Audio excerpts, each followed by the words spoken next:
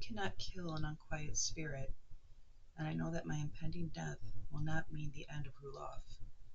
In the dead of night, walking along Cayuga Street, you will sense my presence. You will wake to a sudden chill, and I will be in the room. And when you find yourself alone at the lake shore, gazing at the gray Cayuga, know that I was cut short, and your ancestors killed me. Welcome to the Vale.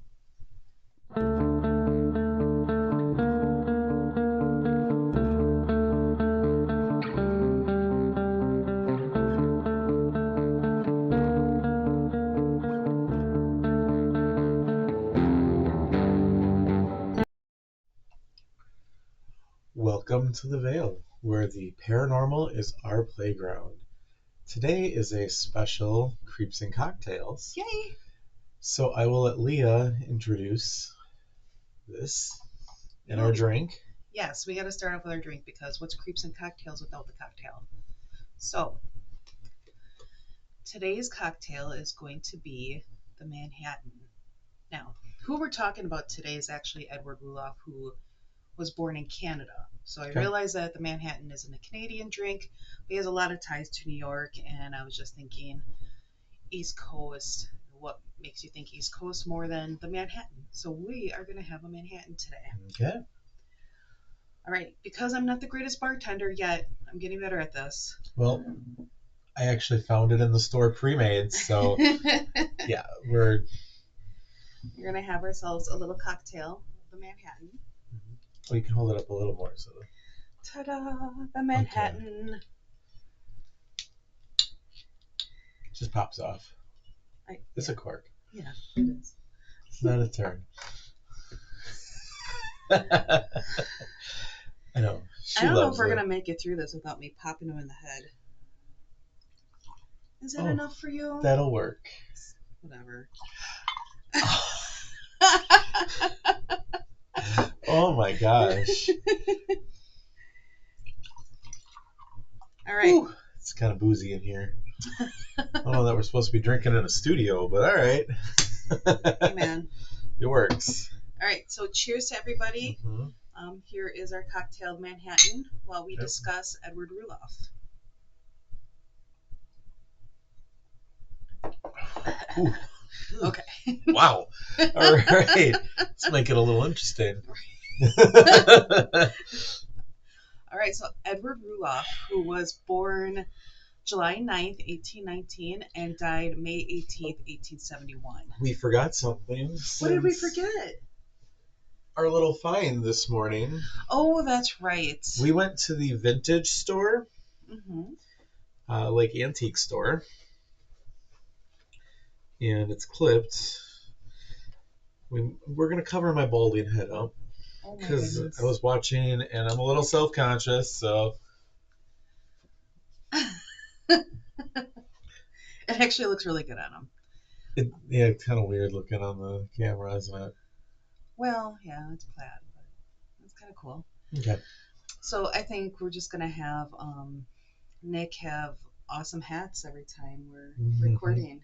So now we'll know Nick as the Hat Man. Yes, because not midlife crisis here, you know. You know, we should really get a Joker hat for you at one point. Okay. Yeah? So he's going to do the Joker while he opens his soda. I'll do I'll wear a Batman mask one time, too. That would be fantastic. Okay. Will you wear the Robin one? No. Oh. All right, well, as I was. Now let's get into this. Yeah, so we're going to talk about Edward Rulloff, again, born July 9th in 1819, and then died May 18th of 1871. He was 51 years old. Other names he was known for was Genius Killer, A Man of Two Lives. Okay. We're looking at victims of being 3 to 5, maybe. Okay. 3 to 5. Correct.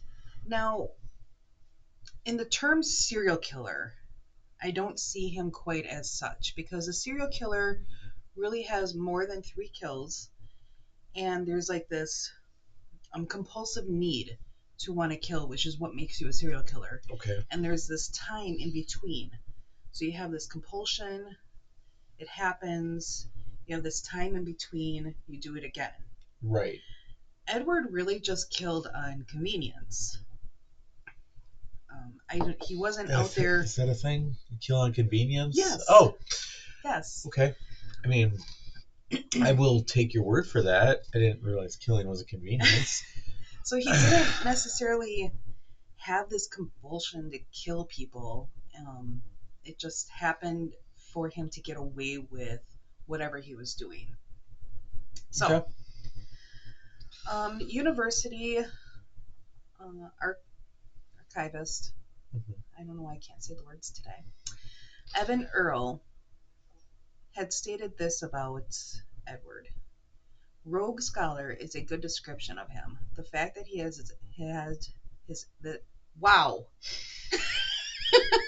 I really only had one sip too. That's insane. We're gonna try this again. Okay. Rogue scholar is a good description of him. The fact that he had this academic sense about him, but also killed people, added to his lore. He certainly considered himself an academic and wanted to be remembered for his research and writing. That makes him more intriguing than if he'd just been a murderer. That also makes him more appealing than at an academic institute like Cornell University. Okay. Okay. So, Edward Rulloff, officially born as John Edward Howard Rolfson, was born in 1819 to Rolf Rolfson. Okay. Who does that to their kid? Anyway. Well, Rolfson. apparently, Edward or apparently his father. Yes. Yeah. Well, I mean, his dad's name was Rolf Rolfson. Like, Yeah. it's like naming your kid Dan when your last name is Daniels. Dan Daniels. It has a ring to it. It does, actually. So Rolf was a second generation American. So Rolf had the unfortunate luck of being a loyalist, living in New Jersey during the Revolutionary War. He left for New Brunswick, where he was granted land and became the Justice of the Peace. Edward's father unfortunately died when Edward was still young, and Edward was brought up by his mother, who had a strong influence on him. Education to his mother was of utmost importance. Okay. He was very well educated, including and exceptionally smart in the role of linguistics. Oh, all right. That captured his attention more than anything else. So Edward and his two brothers all did well in school, and the school was known for their corporal punishment in those days. So it was Okay. said that even his younger brother was beaten badly by a teacher. Yeah, that's early days. Yeah. Yeah. Couldn't do it now, but could then. Right. So Edward finished school at the age of 14. He was smart then. Very. Or was that common in the time frame? Not at his level. Okay. So, Incredibly smart guy. Okay. He wanted to go to college. His whole idea was to go to university, and he really wanted to study more in linguistics and be the person who finds the origin of languages. So, okay. Yep. Well, I get it. Yep, that was like his dream. Edward wanted to go to college. However, since Edward's father died, Edward's uncle, so the brother of his father, was in charge of their finances.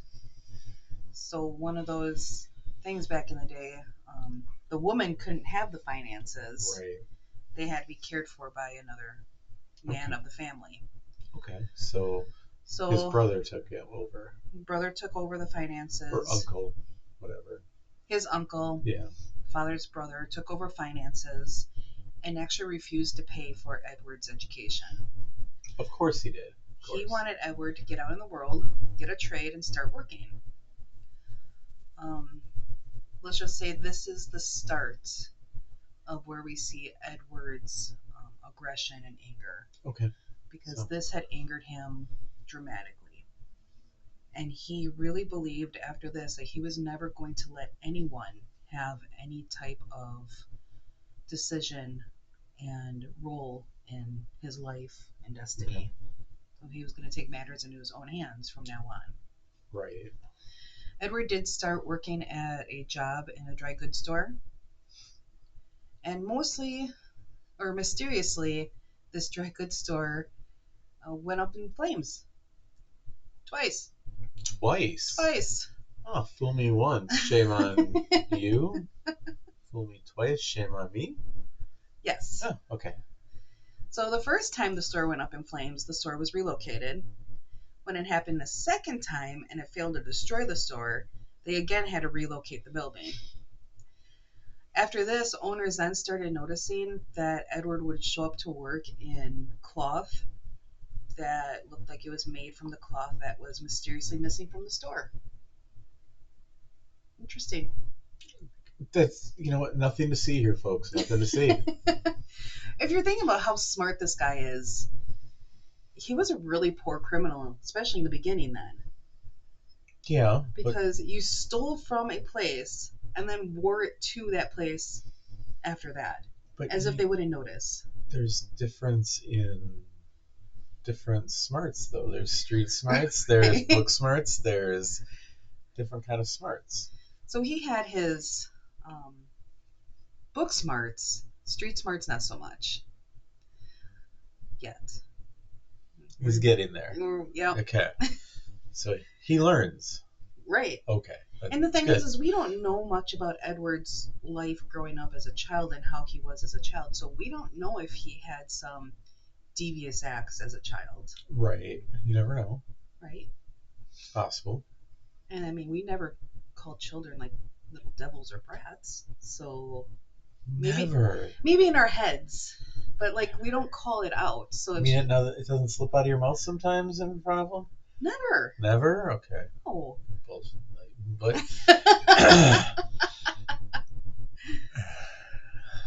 so they did confront Edward about what he was wearing. He continued to deny that that's where he got it from, and they eventually called the police, and he was convicted of theft at the age of 20 and spent 2 years in prison. Okay. So instead of the university life and learning to be more of a scholar, he's now in jail. So opposite direction that he wanted to go.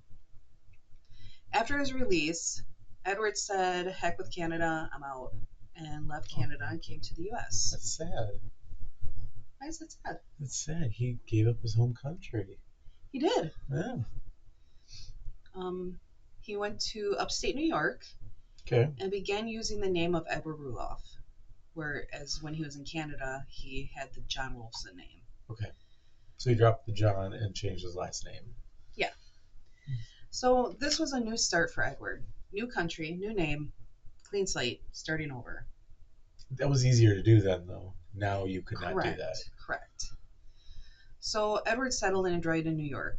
It was like a farmland type area where he took up positions as a school teacher and then a self-proclaimed botanical doctor.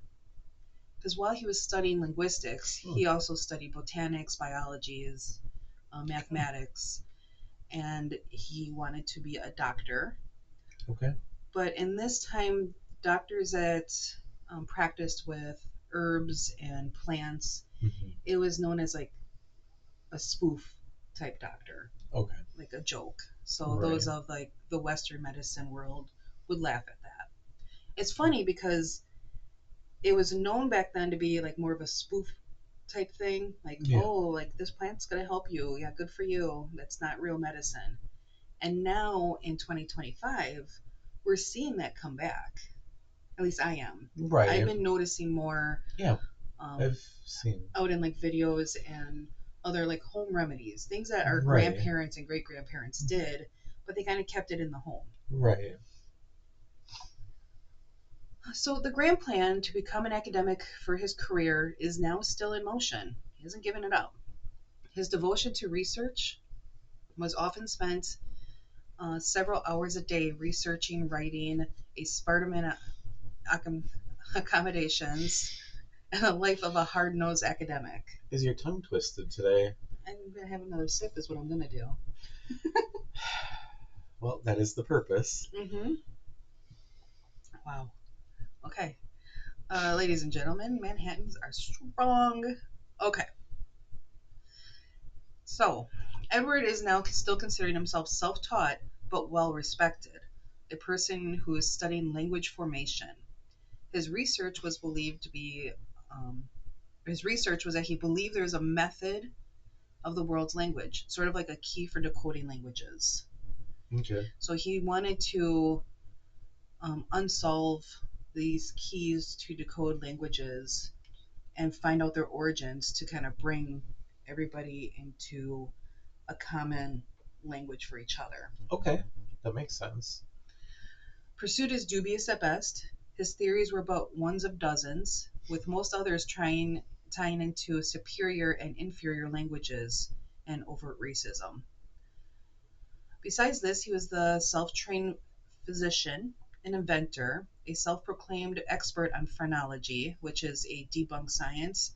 It's a science that suggests that bumps on the human skull were indicative of certain behaviors and character traits. So it was believed that there was portions of your brain that controlled portions of your personality, and Okay. that each portion could be of a different size, thus meaning that you would have a bump on your head if that's part of your brain was bigger. Okay. And so bumps, divots, whatever in your head, um, had them believing that that's how your personality was Okay. formed. All right. Debunk science, absolutely not true, but it was uh, respected at one point. Okay. And of course, when you go to like odd shows or antique stores and stuff, you still might actually find like those heads with the different categories, Mm-hmm. and then you would like be able to feel the head. Very interesting. I would actually love one. Not that I believe in it, but just being We'll a have to look for one as we do our little yeah, antique stuff we do sometimes on right. our road trips. I mean, just being somebody that studies psychology, Mm-hmm. it's cool to have that like early stuff. Yeah. He never did gain much wealth, which he wrote off as misfortunes. So it wasn't because of him. It was just he wasn't fortunate. Correct. So he had bad luck. Yeah. Oh. Okay.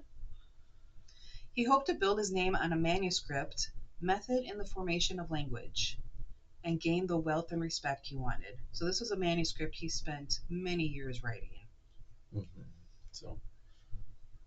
All right. So Edward met Henry Shute and Henry's sister, Harriet. She was young, honest. She was about 16 years old at the time. Okay. She was actually one of his students while Edward was teaching. Okay. That wasn't as creepy back then, age difference. Right. Now we would look at it and go, That's a problem. That's a problem. Not only is it because it's your teacher and it's a problem, but you're in your 20s. Like, he was arrested at age 20. Mm-hmm. Means he got out around 22, 23, working. So we're going to say he's about 23, 24, maybe even 25. Okay. And she's 16. Ooh. Yeah. Yeah. There wasn't necessarily a courtship. This wasn't a marriage of love. It was more of like agreement between the two. Convenience. Just like murder of convenience. Convenience. The decision was he was a good match for her, and they agreed to marry. However, Henrietta's family were not as keen to this idea, and they felt that something was off with Edward. He was typically calm and poised, however, they noticed he was becoming increasingly agitated and heavily passionate about things. Okay.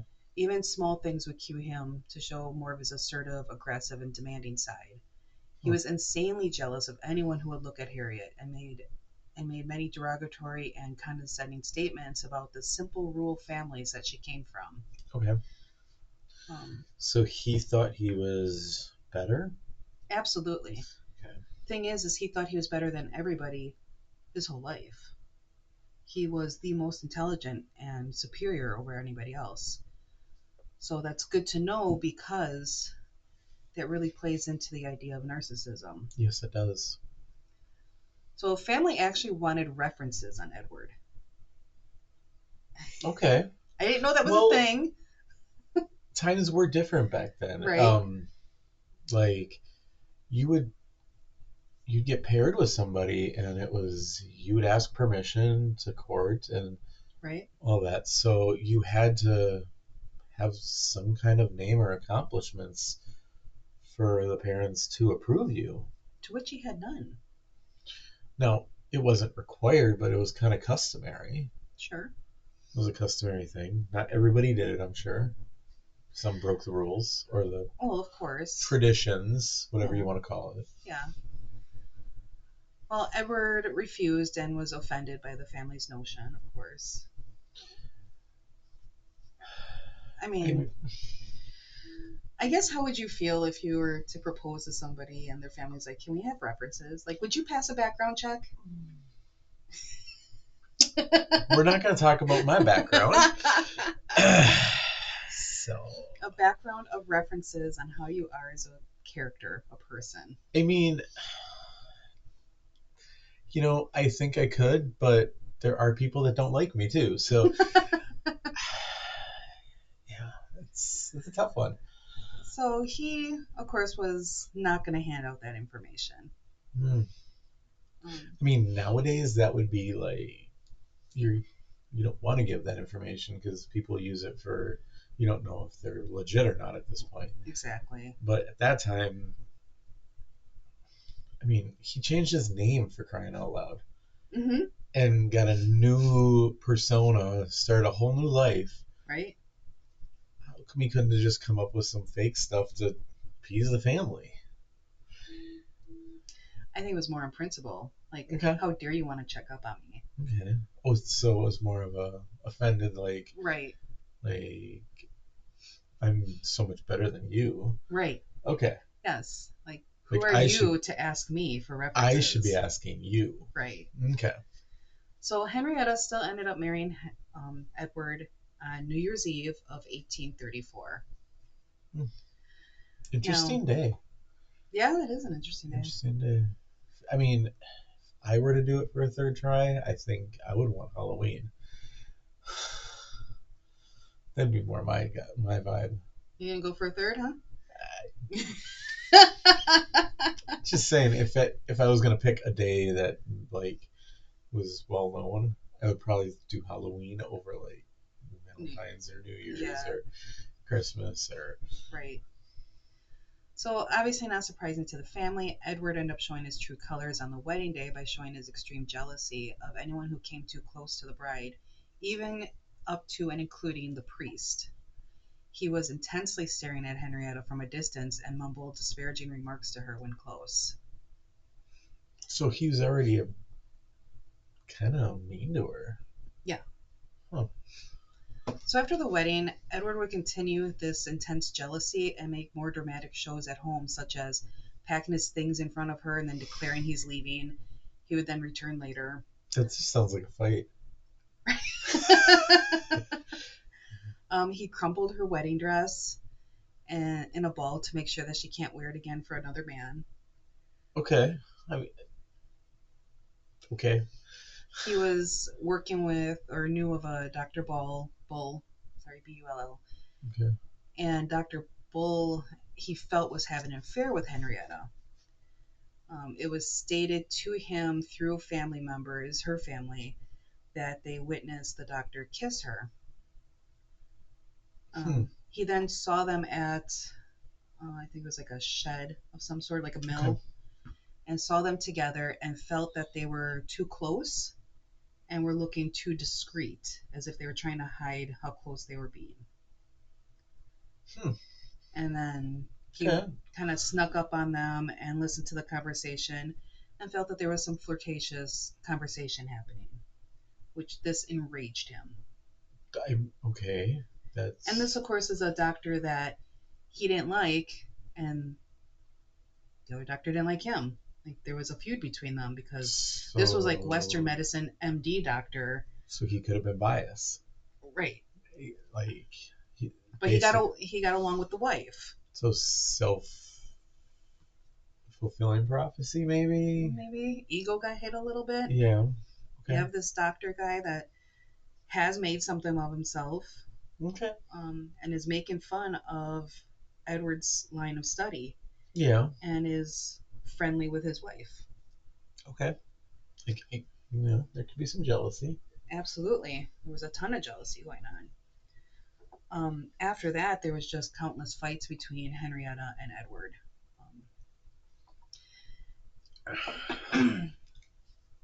Now, Edward continued to show a lot of disdain for the family and made remarks about their lack of education and wealth and rural upbringings. Okay. Descendants of the family even remember stories of what things Edward would say to them and his hatred for them. Okay. So it's well known in the family and on. So he wasn't very popular. No. No, he wasn't the right. He was not good enough in her family's eyes. Right. Okay. So Henrietta's brother William asked Edward to care for his sick wife and their child Amelia, and I'm gonna have trouble saying this name. So it's Amelia and Amelie. Yeah. Very close in names, and they do so. Him and Henrietta come and visit as often as Edward is asked, and Edward had asked if he can cure the cough that they have, as he's a botanical doctor. Edward agreed and gave the baby and the mother herbs from his medical supply. The baby began convulsing after taking the medicine, and both the baby and the mother died within 2 days of each other, with Edward showing zero emotion. Alrighty then. Yep. That's a big deal. Yeah. After this happened, Edward, in his rage about the doctor and his wife, and then his wife accusing him of giving essentially her sister-in-law and niece bad medication, he chose that he wanted to end his life and take Henrietta with him. He made Henrietta this little potion bottle of poison and tried to force her to take it. Potion bottle? Shall I be afraid of you? That says love potion. Now I'm really scared of you.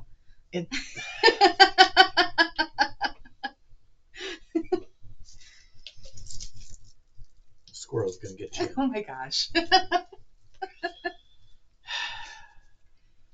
So Henrietta fights him off, and Edward does end up saying that this is the same potion he made for the sister-in-law and niece who died. So now he knows it works. So, okay. Did he test the potion on them to see if it works, or was he actually trying to cure them? No, he wanted to see if this would work to cause death. Okay. So he's trying to get her to take it. She fights him off, starts screaming. He then changes his tune and kind of does, "I was just kidding." Obviously, she didn't see the joke in this and said something to her family, and family's enraged. He was obviously playing a trick on her. Come on, of really? Course. I mean, of course. Sure. I don't know any husbands that would have wanted to kill his wife like that. Well, I mean, we can look up some more people because this has happened. Oh, there's history on that topic? It's usually the other way around. Oh, yeah. Usually it's the wife slowly killing the husband. Yes. Yeah. Okay. So. Unless they get away. Then. And they can't finish the job. Oh my gosh. So now Edward is trying to backtrack his words. She goes to her family. Family's furious with him. He ups and moves her and himself and their child, because they do have a baby now named Charlotte. Nice. 5 miles away from the family. Oh. So he wants to get away from the family and want to make sure she didn't have any more ties to them. So he murders some of her relatives. Yes. Tries to have her end her life. Mm-hmm. And yet they have a child, Charlotte. Mm-hmm. And then he moves her further away so she can't be around her family at all. Correct. That sounds like a great choice by her. Yeah. I mean, marriage of convenience, apparently. I don't know what the convenience was, but for who? I would assume there's not much passion in that marriage. I'm thinking not. Yeah. So they move, and they get into an argument. Edward wants to, Shocker. right? Edward wants to Shocker. leave and go further west to pursue his further academics and wants to bring Henrietta and their child with them. Okay. Henrietta stood her ground, said no, she would leave him and go back to her parents. She's not moving. How'd that work for her? Well, if he wasn't the angry person that he is, I'm sure something could have been worked out. However, Edward was in a rage and ended up striking her over the head with an object Okay. and cracking her skull. No. Yeah. I mean, I thought it would work out. Right? Yeah. Now, the following day after this occurred, Edward asked to borrow the neighbor's carriage and horse and kind of claimed he had like a large trunk to move, errands to run. Henrietta and the baby, of course, were never seen again. So he needed. Oh, okay. So he just didn't have a big truck anywhere to throw the body in. Not in that time. Oh, not in that time. Yeah, you need a carriage. Okay. So he couldn't have Googled how to hide the bodies or anything. Right. No. Nope. Okay. Now, man, that's gotta be inconvenient. Right. So, he goes running, does whatever, comes back, but by now, the brothers are there. Henrietta's two brothers. They notice the house is in shambles. There's dirty laundry. There's her clothes. There's the baby's clothes laying around. Almost sounds like there's not a woman there to keep it clean and exactly up to par. So they're kind of going, "Where's our sister?" So they wait for Edward. Edward comes back and they start pressing him. "Where's our sister?" He says, first that she went to this location and then this location and ended up in Madison, Ohio. They, of course, don't believe him and they have him write her a letter in their presence and have it addressed to where she's staying in Madison. Okay. All right. So he does that. Now, this guy's ballsy. Yeah. Now, I should say that Henrietta's brother, William Chute, is now an officer, sheriff. So is he seen through his bull? He is. Okay. That's good. The day after all of this happens, Edward leaves on foot and runs. Okay. So he's going county to county, ends up in Chicago, and all the while, here comes brother William following him. Of course. He cannot get away from William. William continues to follow him and find him. All right, so he was found on a boat with other immigrants heading further out west. And William grabs him, pulls him back to Ithaca, which is where they were from. Okay. All right.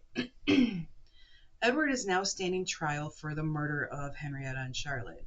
So wait, back up here. Mm-hmm. Have the bodies been found yet? Nope. Okay. No bodies. No bodies. Oh, okay. But he's being accused of murder. How can you prove death without the body at that time? Well, he couldn't. Okay.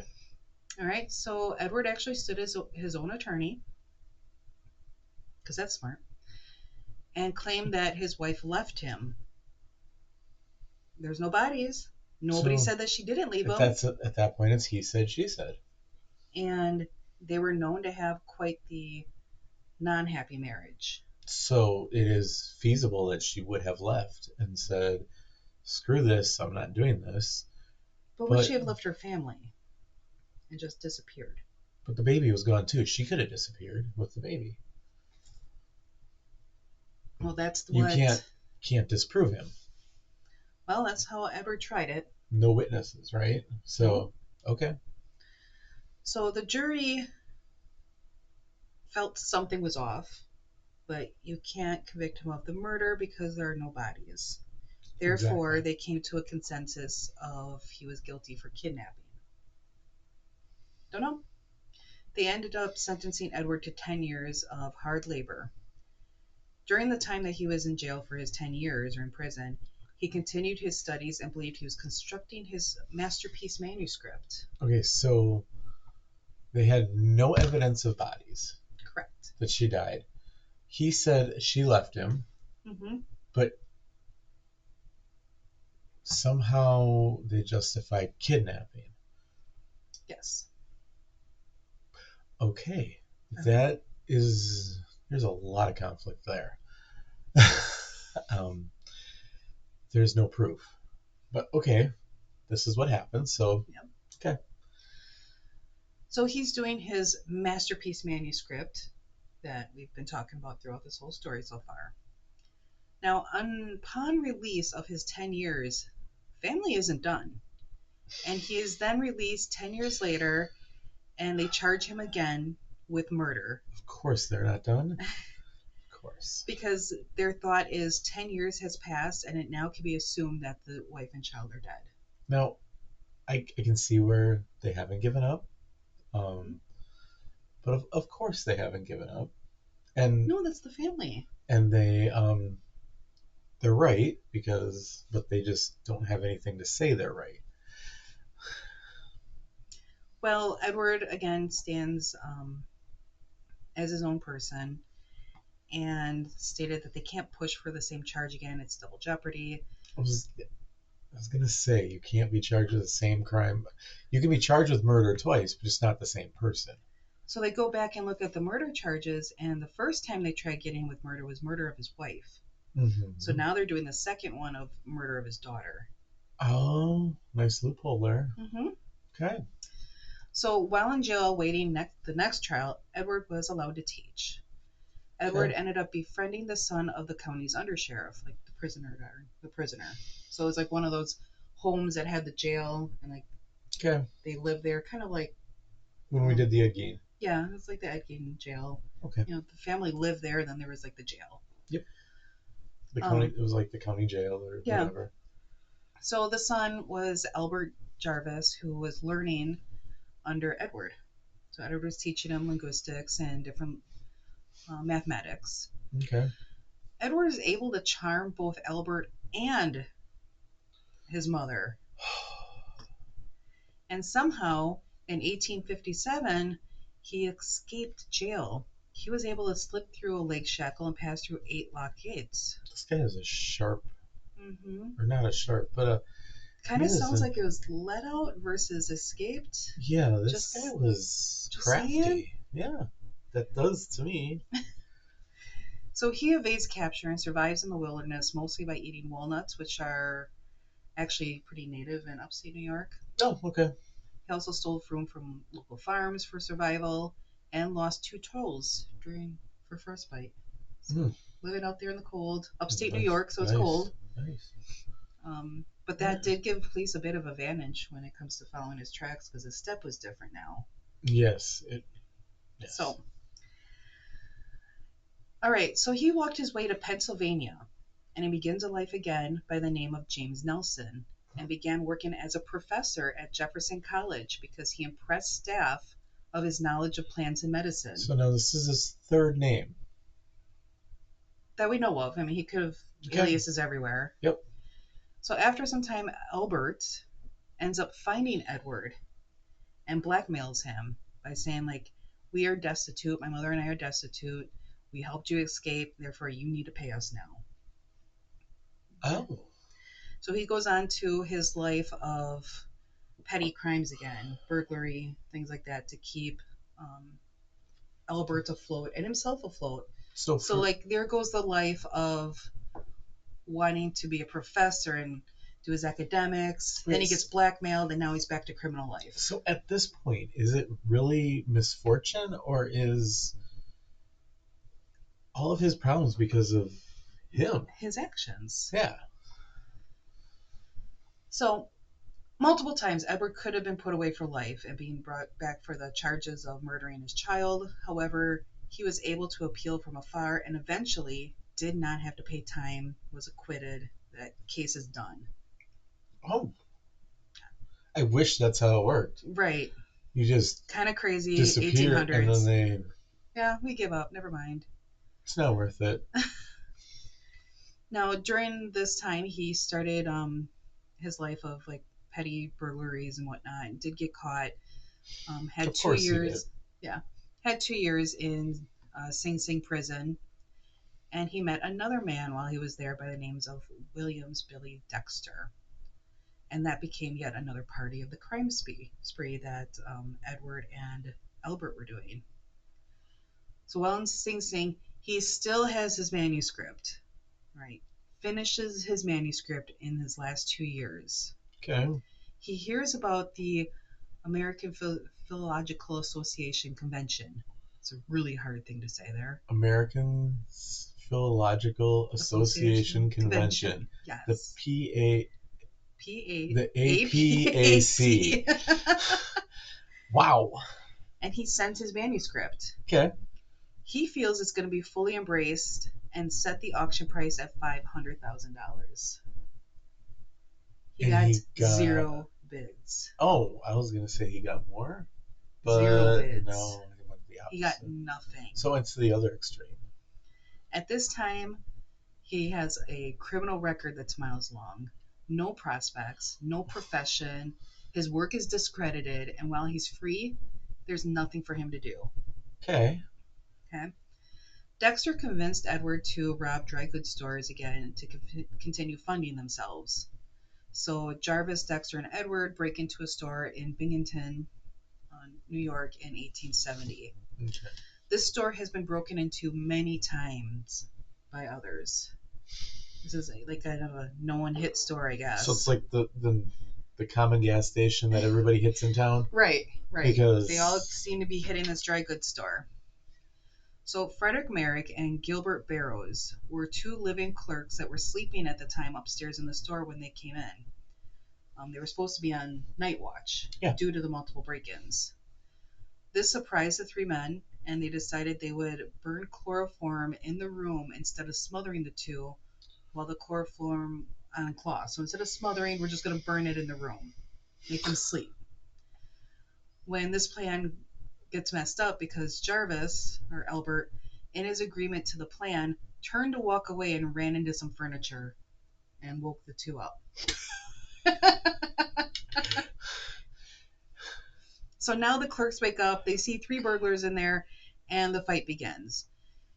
Merrick ends up firing a gun, but it misfired, so he threw a stool at them. So I'm sitting here thinking like old comedy shows where you just see everybody fighting and like throwing things at each other. Like an old silent movie, funny. Like Three Stooges style. Are they gonna poke the eyes too, and then? Right. Edward pulls a pistol and fires 2 warning shots, trying to gain control of the whole situation. Nobody listens. They're all still just fighting each other. Well.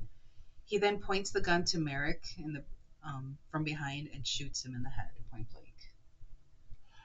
So there's the end of that fight. Things just stop. That would stop a fight. Yeah. The 3 men run from the store and plan to jump on the ferry at the Chenango River. They plan to cross the river on the ferry and then make that smooth escape and continue on with lives. But unfortunately, there was no ferry when they got to the river. Well, that would throw a wrench in the plan. Getaway driver, not there. And kind of another misfortune? Lots of misfortunes happening here. That sounds like piss poor planning to me. But okay. I'll chalk that up as a misfortune. Uh-huh. That's another word for it. So the 3 have the great idea to jump into the river and attempt to swim across. Of course they did. Albert and Dexter got tired and were actually pulled under by the current and drowned. Edward did make it to the other side. So he swam himself across the river. This guy is very resilient. Yeah. So now police are investigating the scene at the store while Edward makes his way to a train station. Here he's asked to identify himself. Instead of answering, he panics, runs across the tracks, and hides in an outhouse. That's a shitty place to hide. It's almost like it was like he just gave up. It's just like everything came at him at once and he just like panicked and was like, I don't know who I am, and ran. Like an outhouse though. Right? An outhouse.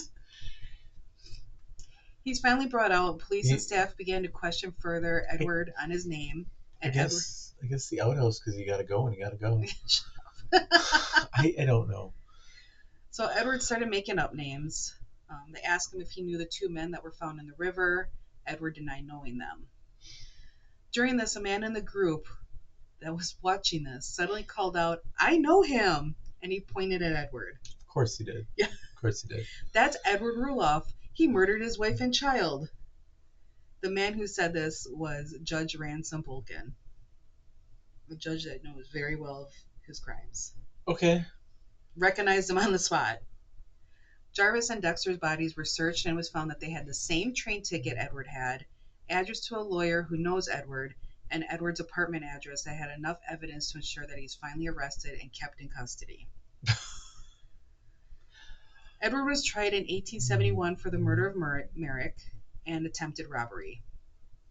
This made huge headlines, and up to 2,000 people were trying to get into the courtroom for the hearings. Okay. That's, yeah. Edward, again acting in his own defense, tried the self-defense angle by saying Edward shot Merrick because Merrick was attacking Jarvis and he would have killed Jarvis. Jury took 4 hours to find him guilty, and they sentenced Edward to death by hanging. Oh, so that was a hanging case. Yeah. Okay. Press and experts called for the sentence to be changed to life because he was too intelligent to kill. He's an expert in linguistics and spoke 28 languages, so this could not be lost. That's how they felt. Well, the more you know, the more useful you are. I suppose so. My job thinks that. A panel of experts and academics came to visit Edward and test him. This panel was in charge of deciding if Edward was that intelligent that the loss of his brain would be detrimental to life as we know it. It was determined no, he wasn't. I was going to say, yeah. But... He was intelligent, yes. Okay. But theories were outdated. Edward, of course, on the other hand, being his narcissistic self, felt that no one in the panel was more intelligent than he was, and no one could compare. Of course not. I mean, he knew 28 languages. What else is there to Right. to He's so say? smart. Yeah.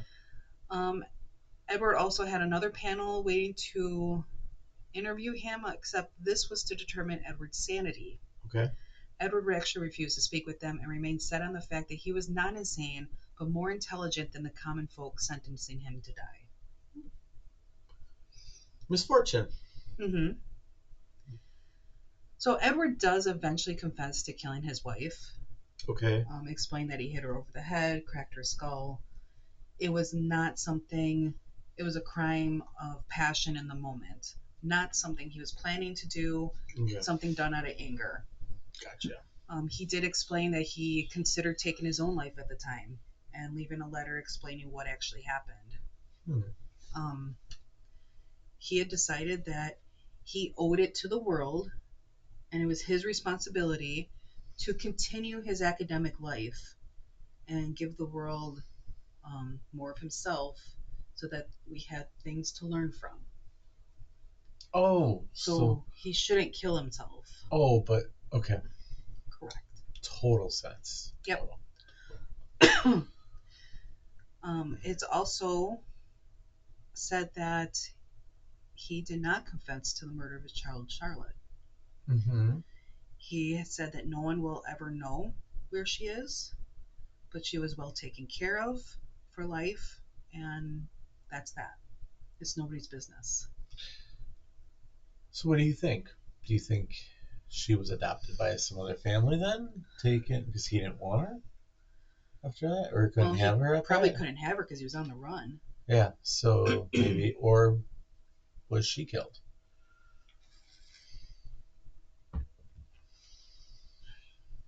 That's hard to say. I mean, no body was ever found. But he confessed completely about his wife. So which he confessed. He actually took that trunk that he borrowed. Took it out to the river, but then took a boat. Do you think he would have killed his daughter though? He brought the body to the middle of the river, the deepest part. Yeah. Filled it with rocks and whatnot. Right. And chucked it over. If you can do all that, it doesn't stop me from thinking that you couldn't do that to your kid then. Right.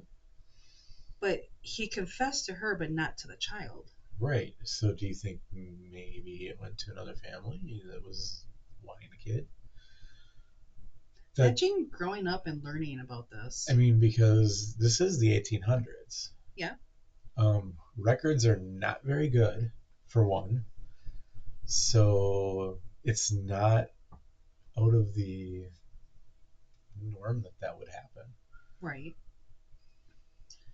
So in And she could have got a different name and have no clue. right. So Edward continued to um, live in his cell and threatened anyone who would listen that he was going to haunt the cells and area for revenge. He told his the writer of his biography prior to him dying Okay. the beginning phrase that was heard in the beginning of this episode. Okay. Is is there actually any kind of movies based off of him? Do we know? No, I know there's a book because he Okay. has his biography done. Okay. Be So interested. he was buried, or I'm sorry, he was hanged March 18th, 1871. When he fell, the neck snapped, but it did take several minutes for the heart to stop. Yeah. Not uncommon. His execution was the last public hanging in New York. Oh. And it was claimed that his last words were, "Hurry it up. I want to be in hell in time for dinner." Nice. Mm-hmm. Nice. So he's buried in an unmarked grave. We don't know where. At one time, it was supposed to be in like a farm field. Okay. But prior to that, Professor Burt Wilder took on the responsibility of his body Okay. and separated his head from the body and took possession of the head so he can bring out the brain. Okay. Because he wanted to do studies on the brain. Like, how intelligent was this guy? Right. So it is actually noted that Edward's brain was the second largest brain on record. Or even is. It's still the second largest brain on record. Okay. And is preserved on display at Cornell University. Road trip? Right? I mean, I would totally do that. just saying. Road trip? So, and it would be interesting because he did say he was going to haunt. Mm-hmm. So his phrase in the beginning that was said earlier talked about he was going to haunt the streets. Mm-hmm. And that you would feel him. Mm-hmm. Kind of, you find yourself alone, gazing at the gray Canuga, know that I was cut short and your ancestors killed me. Mm-hmm. When you wake to a sudden chill, I will be in the room. I kind of am curious if there's any hauntings that the locals know of. Yeah. That could have been him. Good. Possibly. So what do you think of this case? He's a very interesting character. Yeah. I don't know about serial killer. I think he was just kind of Killer of coincidence. The convenience. Of convenience, yes. And I also just think he was a narcissist more than anything. And, 100%. And felt he deserved better treatment. And nothing was his fault. 100% accurate. He really, not to say he wasn't intelligent, I'm sure he was. And he had that going for him. He just went so far with it. I think it takes a lot to, it says a lot if someone thinks they're so important that they shouldn't die. Right. But anybody else, he never even went to court he never even got tried for the murder of the two that it was known he killed. But it wasn't known until he confessed on his deathbed right before he died. No. I meant the ones that he tried it out on before his wife. Oh, his family, his sister-in-law and niece. That wasn't even... That didn't go anywhere. That went nowhere, but, So, of the ones that we know he killed his wife, his sister-in-law, his niece, Meryl. But those two were right in public. Like, he asked permission to use this stuff on him, and he did. and then they died 2 days later, and he was never charged with anything. But he was charged for murder for missing bodies. Yes. That they couldn't even prove. They had 2 of them right there they could prove. But could you prove that it was a murder or just 2 sick people actually dying? They actually had a body and he treated them. Treated them with herbs, which they called a right. proof science at the time, so they kind of marked it off. Right. So, but those were 2 right in front of their faces they could have got evidence on.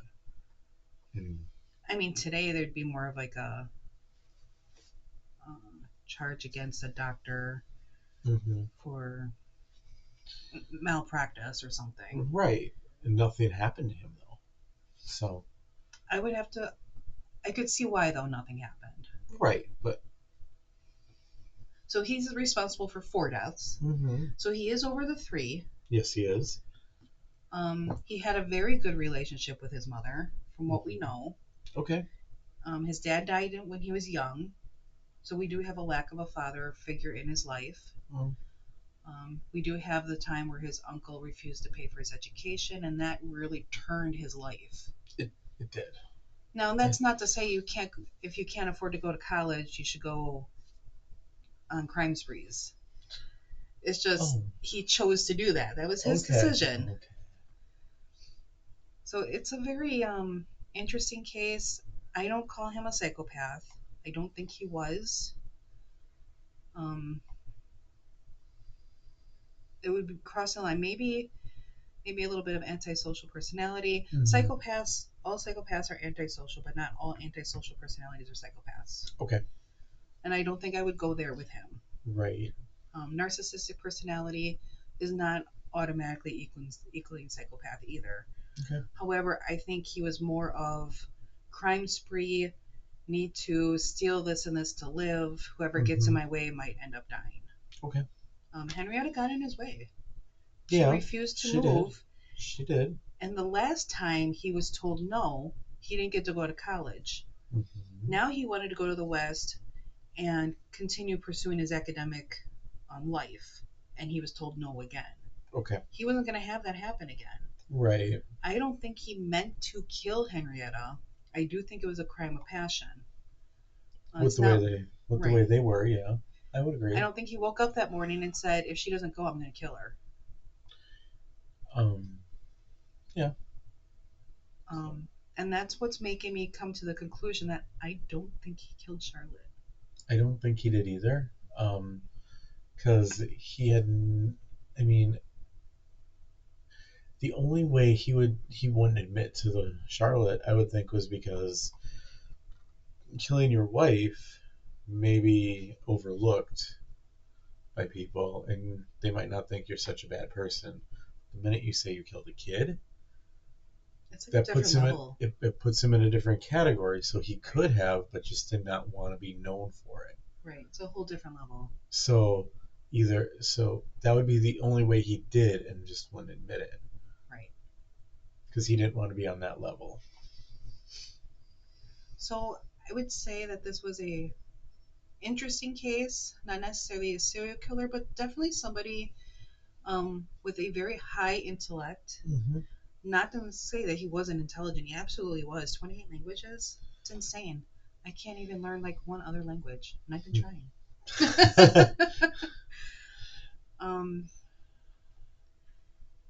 I think in this case it was more of crimes of passion, crimes of the moment, not necessarily a serial killer, not necessarily a psychopath, but definitely some narcissism